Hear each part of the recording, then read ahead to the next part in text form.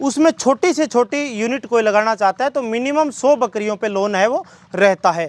100 बकरियां और 5 बकरे यानी 100 + 5 की यूनिट पे 20 लाख रुपए का लोन है वो बकरी पालक भाई ले सकता है। अच्छी ब्रीड का और अच्छे एनिमल का सिलेक्शन कर लिया तो 90% आपका फार्म उसी दिन सक्सेस हो जाएगा। दोस्तों आज की जो वीडियो बहुत ही ज़्यादा एक इंपॉर्टेंट टॉपिक में हम बात करने वाले हैं। सबसे पहला टॉपिक है, अगर आप बकरी पालन शुरू करना चाहते हैं तो उसमें आप लोन कैसे ले सकते हैं, आपको लोन कैसे मिल सकता है। दूसरा, अगर आप बकरी ले रहे हैं, आप चाहे किसी फार्म से ले रहे हैं चाहे कहीं से भी ले रहे हैं, तो बकरियां लेते समय किन किन महत्वपूर्ण बातों का ध्यान रखें ताकि आपको क्वालिटी की बकरियां आप ले सकें। और तीसरा, सोजत की क्या पहचान होती है। तो हमारे साथ जो विचार साझा करेंगे वो डॉक्टर साहब हैं। तो डॉक्टर साहब नमस्कार। नमस्कार जी सर, और आपके सभी साथियों को मेरा नमस्कार। सर सबसे पहले जो पॉइंट आता है कि लोन कैसे ले सकते हैं। बकरी पालन पे लोन के लिए प्रत्येक स्टेट गवर्नमेंट की और सेंट्रल गवर्नमेंट की काफ़ी अलग अलग स्कीम्स रहती हैं, पर मैं आज आपको जो सबसे बड़ी सेंट्रल गवर्नमेंट की स्कीम है उसके बारे में बताने जा रहा हूं। तो उसमें नेशनल लाइव स्टॉक मिशन जो सेंट्रल गवर्नमेंट की स्कीम है NLM के नाम से, राष्ट्रीय पशुधन मिशन, उसके अंदर कोई भी नया बकरी पालक भाई बिजनेस के पर्पज़ से, ब्रीडिंग पर्पज़ से शीप एंड गोट फार्मिंग पे काम करना चाहता है तो उसके अंदर अपने को लोन की फैसिलिटी रहती है और 50% सब्सिडी के साथ।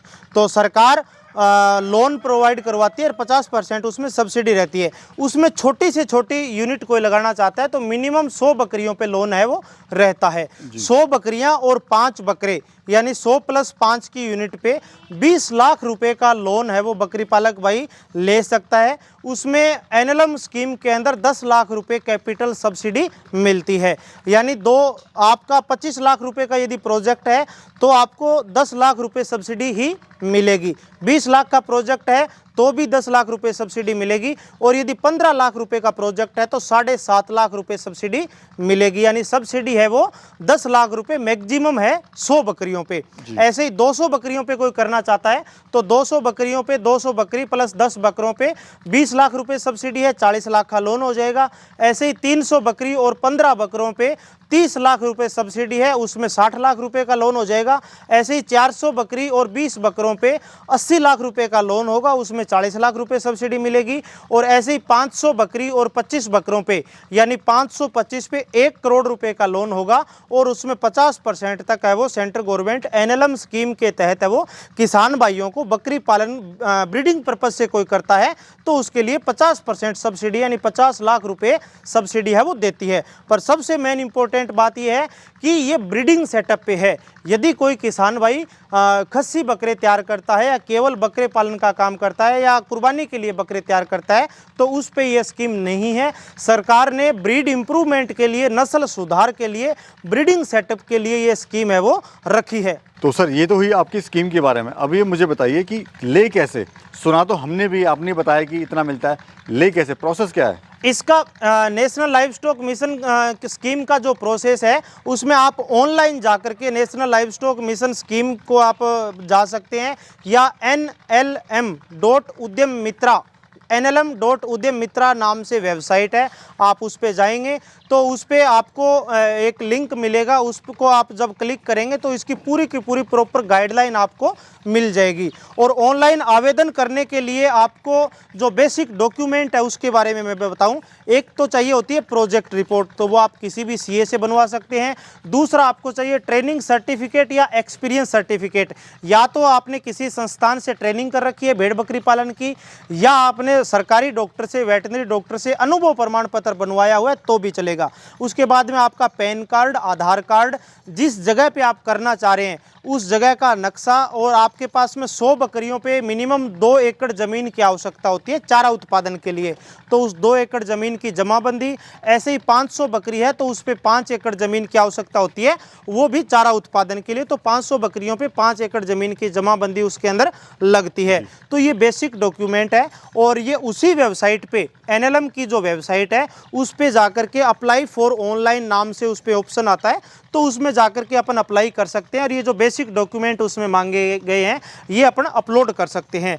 इसके अंदर ये अपनी प्रोसेस कंप्लीट करने के बाद में ये जाता है अपने जो कैपिटल है जहाँ पे अपनी राजधानी है, तो वहाँ जाएगा और वहाँ से फिर ये इसका सिलेक्शन होगा, फार्मर्स का सिलेक्शन होगा, मिनिस्ट्री में जाएगा, मिनिस्ट्री से अप्रूव होने के बाद में अपने बैंक के पास में डॉक्यूमेंट अपने आएंगे और फिर अपने को बैंक है वो लोन रिलीज करता है। उसमें जो 50% जो सब्सिडी टोटल अमाउंट की थी उसकी 50% सब्सिडी, यानी जैसे 20 लाख का लोन था तो 5 लाख रुपए सब्सिडी अपने को तुरंत मिल जाएगी और बचे हुए 5 लाख रुपए सब्सिडी है वो 6 महीने के अंदर अंदर जैसे ही अपन ने अपना पूरा सिस्टम स्टार्ट कर दिया तो उस समय अपने को पूरी की पूरी सब्सिडी है वो मिल जाती है।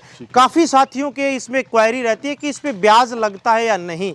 तो इस पर जो सामान्य बैंक रेट जो ब्याज होता है 8 से 9%, अलग अलग बैंक का अलग अलग रहता है, तो उसमें ब्याज 8 से 9% लगेगा।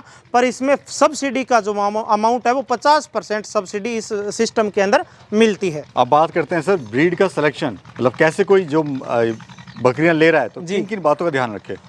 ब्रीड का जैसे कि आपने बताया कि कोई नया फार्म शुरू करता है तो 2 चीज़ें सबसे मेन होती है। पहला तो सिलेक्शन ऑफ ब्रीड, कि आप किस ब्रीड पे काम करना चाहते हैं। तो अलग अलग साथियों का अलग अलग इंटरेस्ट हो सकता है। कई ऐसे साथी हैं जो मीट पर्पज से काम करना चाहते हैं, कई ऐसे साथी हैं जो दूध उत्पादन पे काम करना चाहते हैं, कई ऐसे साथी हैं जो दोनों पे काम करना चाहते हैं, मीट और दूध, यानी जिसे डुअल पर्पज बोला जाता है। तो यदि कोई साथी दूध उत्पादन पे काम करना चाहता है तो उसमें राजस्थान की जो जखराना नस्ल है वो सबसे शानदार है, पंजाब की जो बीटल नस्ल है वो भी अच्छी है, उत्तर प्रदेश की जो जमुनापारी नस्ल जिसे तोतापुरी के नाम से जाना जाता है वो भी बहुत अच्छी नस्ल है। तो ये 3 नस्लें मुख्यतः दूध उत्पादन के लिए मानी गई है, बीटल और जखराना और तोतापुरी। उसके बाद में यदि कोई मीट पर्पज पे काम करना चाहता है और या डुअल पर्पज पे काम करना चाहता है तो राजस्थान की ये जो सोजत नस्ल है बहुत ही खूबसूरत नस्ल, जैसे आप ये बकरा देख पा रहे हैं, ये बकरी देख पा रहे हैं, बिल्कुल हेल्थी मोटे ताजे, तो इस नस्ल का भी सिलेक्शन कर सकते हैं। इस नस्ल में डबल फायदे हैं। एक तो इस नस्ल की प्रोडक्टिविटी अच्छी है, ये बकरियां सामान्यतः 2 से 3 बच्चे देती है। अभी इस बकरी ने 4 महीने पहले 2 बच्चे दिए थे और अभी ये दोबारा प्रेग्नेंट हो गई, यानी अभी ये 2 से 2.5 महीने की प्रेग्नेंट है। 2 महीने बाद ये जब बच्चा देगी तो ये 3 बच्चे से लेकर के 4 बच्चे भी लेकर के इस बार आ सकती है। तो इसमें अच्छा पोटेंशियल है ज़्यादा बच्चे देने के लिए, और साथ ही साथ में इसकी सुंदरता, इसकी शाइनिंग। तो जो साथी कुर्बानी के लिए खासकर बकरियां खरीदते हैं तो वो सोजत नस्ल को ज़्यादा प्रीफर करते हैं, क्योंकि इसमें सुंदरता है, इसके अंदर जो शाइनिंग है वो सबसे इंपॉर्टेंट है।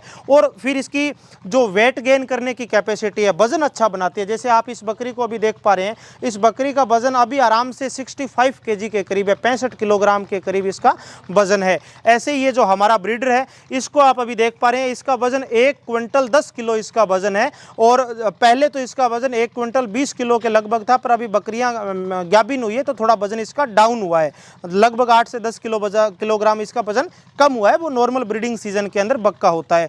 तो इस नस्ल के अंदर इस तरह की क्षमता है। और दूध उत्पादन के भी मामले में यदि बात करें तो 1 से 1.5 लीटर इस बकरी के अंदर दूध है, तो 2 बच्चों तक ये नस्ल की सोजत नस्ल की बकरियां आराम से पाल सकती है। जो आपका दूसरा क्वेश्चन था कि नस्ल का चुनाव तो अपन ने कर लिया, पर बकरी अपन जब खरीदते हैं तो कौन कौन सी बातों का ध्यान रखना चाहिए, वो चीज़ें सबसे इंपॉर्टेंट है। तो अपने को खरीदते समय पहले मैं सबसे पहले ब्रीडर की बात कर लेता हूं।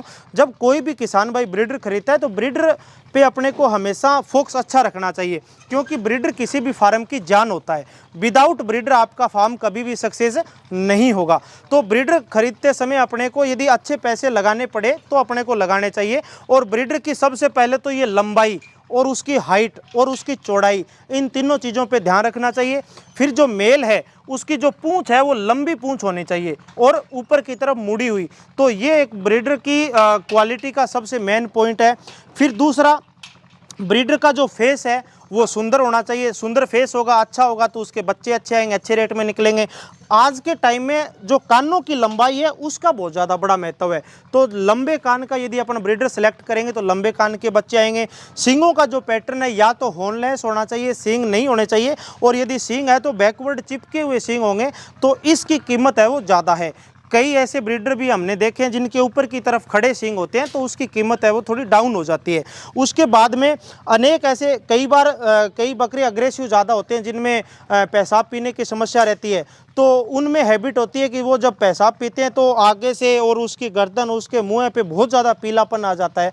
तो उस तरह के ब्रीडर को थोड़ा लेने से बचना चाहिए। जबकि नॉर्मल तो ये ब्रीडर के अंदर रहती है, 5 से 10% तो ये हल्की फुल्की समस्या रहती है, पर बहुत ज़्यादा उस तरह का है तो ऐसा ब्रीडर भी अपने को नहीं लेना रहना चाहिए।